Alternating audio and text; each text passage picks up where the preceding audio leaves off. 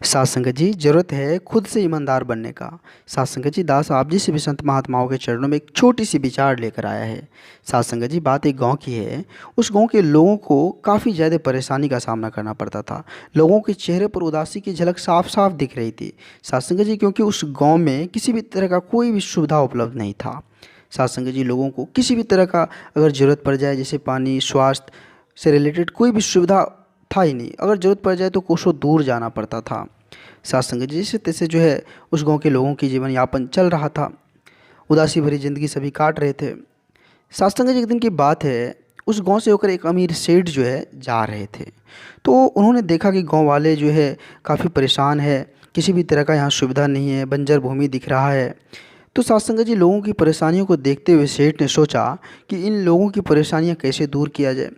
आखिर दूर करने के लिए हमें आगे आगे आना होगा।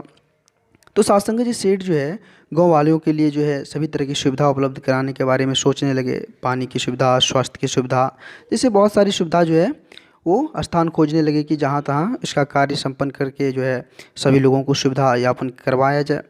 सात संगत जी, कुछ हफ्ते बाद जो है सेठ जी अपनी गाड़ी से गाँव जा रहे थे। तो गाड़ी में जो है रुपये से भरा हुआ एक बैग था, लेकर जा रहे थे ताकि कोई भी ज़रूरत हो वहाँ पे जो है खर्च करने के लिए जा रहे थे।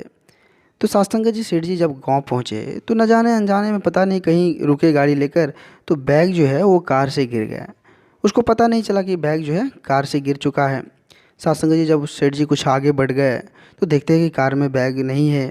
अब तो सेठ जी को शक होने लगा कि भाई कार यहाँ रोके हुए थे, हो सकता है कोई गाँव वाले जो है बैग यहाँ से खींच लिया हो।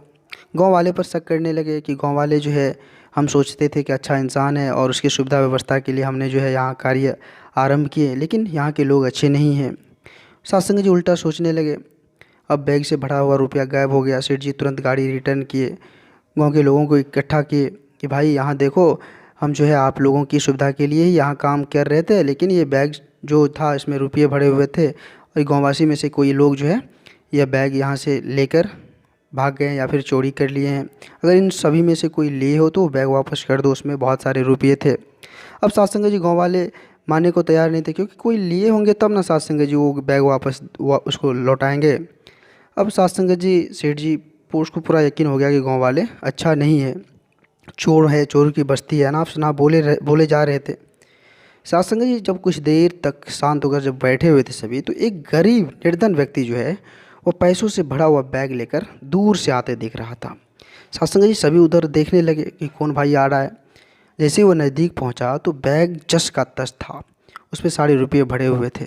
सेठ जी जब हाथ में लिए वो बैग को देखे कि जस का तस सारा उसमें रुपया रखा हुआ है, तो सत्संग जी उसे पछतावा होने लगा कि इतने नेक दिल इंसान इस गांव के हैं और इसको हमने अनाप शनाप बोल दिया, उल्टा सीधा बोल दिया, ना जाने चोर भी बोल दिया। हो सके तो हमें माफ़ कर दो। सत्संग जी कहने का मतलब है कि अगर हम किसी को कुछ बोलते हैं तो बोलने से पहले उसके हकीकत के बारे में हमें पता करना चाहिए, उसके बाद हमें कुछ बोलना चाहिए। अनाप शनाप बोलने से पहले सोचना चाहिए। सत्संग जी, वो गरीब व्यक्ति जो दिखने में निर्धन था, गरीब था, वो अपना सत्संग जी ईमानदारी को बचा कर रखे हुए थे। उनके अंदर किसी भी तरह का लोभ लालच नहीं था।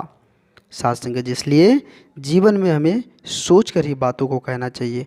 वो सेठ माफ़ी सभी से मांग लिया और सभी को बोले कि आप लोग बहुत नेक दिल इंसान हैं और आप लोगों को जो सुविधा व्यवस्था हो, जितना हो, ज़रूरत से भी ज़्यादा हम देने को तैयार हैं। साथ संगत जी, दास आप जी से भी संत महात्माओं के चरणों के धूल के समान है और दास आप जी से भी संत महात्माओं के चरणों में छोटी छोटी कहानियाँ लेकर आते रहता है। आप जी से भी संत महात्माओं का काफ़ी लाड़ प्यार दास को मिल रहा है। आगे भी इस तरह का लाड़ प्यार दास के साथ बनाए रखना अरदास है आप जी से भी संत महात्माओं के चरणों में। अगर ये छोटी सी कहानी आप जी से भी संत महात्माओं को अच्छा लगा हो तो सभी संत महात्माओं के बीच शेयर करें और दास के चैनल को सब्सक्राइब भी करें। साथ संगत जी, प्यार से कहिए धन्य निरंकार जी, धन्य निरंकार जी।